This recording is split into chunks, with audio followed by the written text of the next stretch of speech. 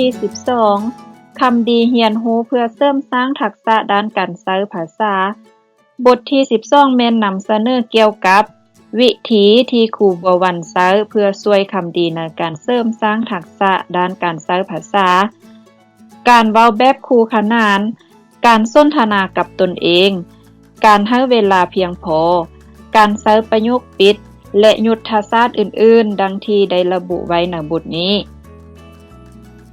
คำดีได้เริ่มเรียนเว้าเทื่อละคำครูบัววันหวังว่าจะช่วยให้คำดีสามารถเว้าเป็นประโยคให้ยาวขึ้นกว่าเก่าครูบัววันได้แสดงให้คำดีเห็นถึงการเอาคำศัพท์มาประกอบเข้ากันด้วยการพรรณนาถึงสิ่งที่คำดีกำลังปฏิบัติอยู่และบุคคลอื่นๆกำลังปฏิบัติอยู่ในห้องเรียน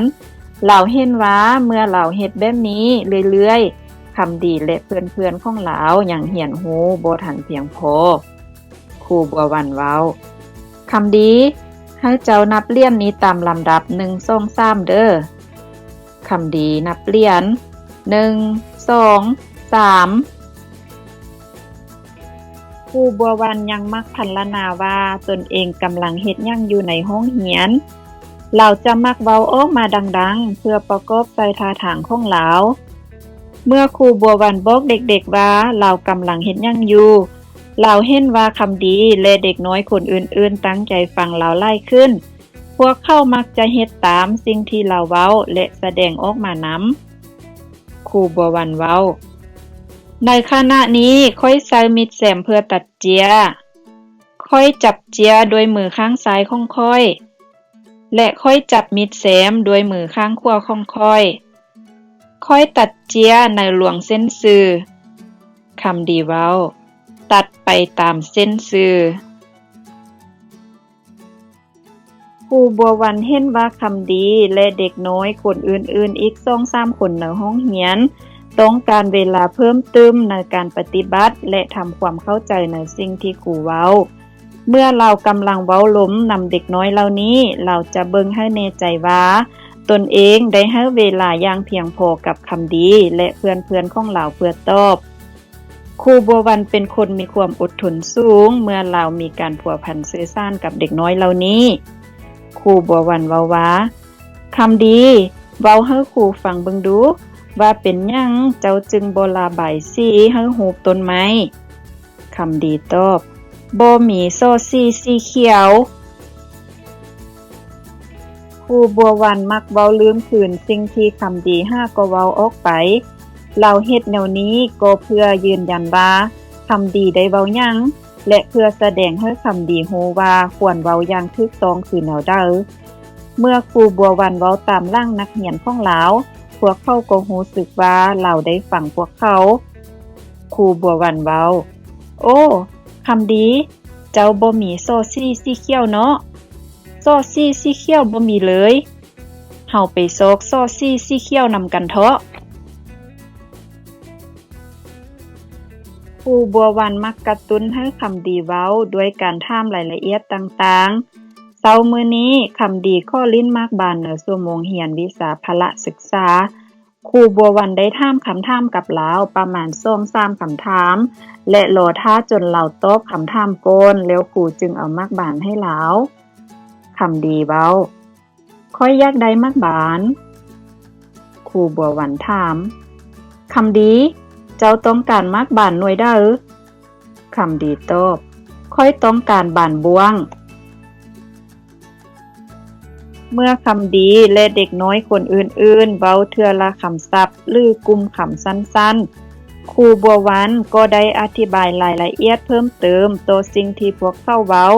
เพื่อเป็นตัวอย่างให้รู้ว่าในการเว้าเป็นประโยคที่ยาวขึ้นมันจะเป็นการดีกว่า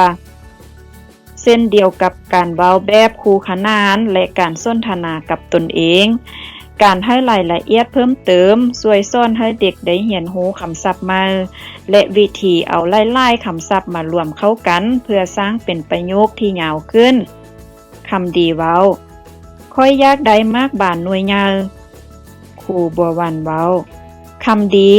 อยากได้มากบานหน่วยใหญ่มาเตะมากบานหน่วยน้อยมันเตะยากโพดนี้แม่นมากบานหน่วยใหญ่สำหรับคำดี คำดีเว้าค่อยต้องการมากบานหน่วยใหญ่มาเตะหลีกเลี่ยงการถามคำถามอยู่ตลอดเวลาครูบัววันเห็นว่าคำดีค่อนข้างมักจะเว้าบางอย่างเพิ่มเติมเมื่อครูกล่าวบางประโยคอย่างช้าๆและปล่อยให้คำดีเว้าต่อครูบัววันจะเริ่มเว้าประโยคได้หนึ่งแล้วก็หยุดอยู่กลางประโยคและปล่อยให้คำดีสืบต่อเว้าประโยคนั้นให้จบยุทธวิธีนี้เอิ้นว่าการใช้ประโยคปิดบังเด็กน้อยคนใดที่ต้องการเวลาเพิ่มในการคำนวณคำตอบวิธีนี้แม่นช่วยได้ดีครูบัววันเว้าคำดีเรื่องนี้แม่นเกี่ยวกับคำดีเว้าต่อเต่าและกระต่ายเพื่อกระตุ้นให้คำดีและเด็กน้อยคนอื่นๆที่มีความน่าอายกล้าเว้าได้หลายขึ้นครูบัววันหลีกเลี่ยงการถามพวกเขาโดยคำถามที่ตอบว่าแม่นหรือบ่แม่นเราเฮ็ดแบบนี้ก็เพราะว่าเมื่อเราถามคำถามที่ตอบว่าแม่นหรือบ่แม่นเราก็จะได้คำตอบจากคำดีและเด็กน้อยที่มีความน่าอายคนอื่นๆเพียงแต่คำเดียวฉะนั้นครูบัววันมักจะถามพวกเขาโดยคำถามแบบเปิดหลายกว่า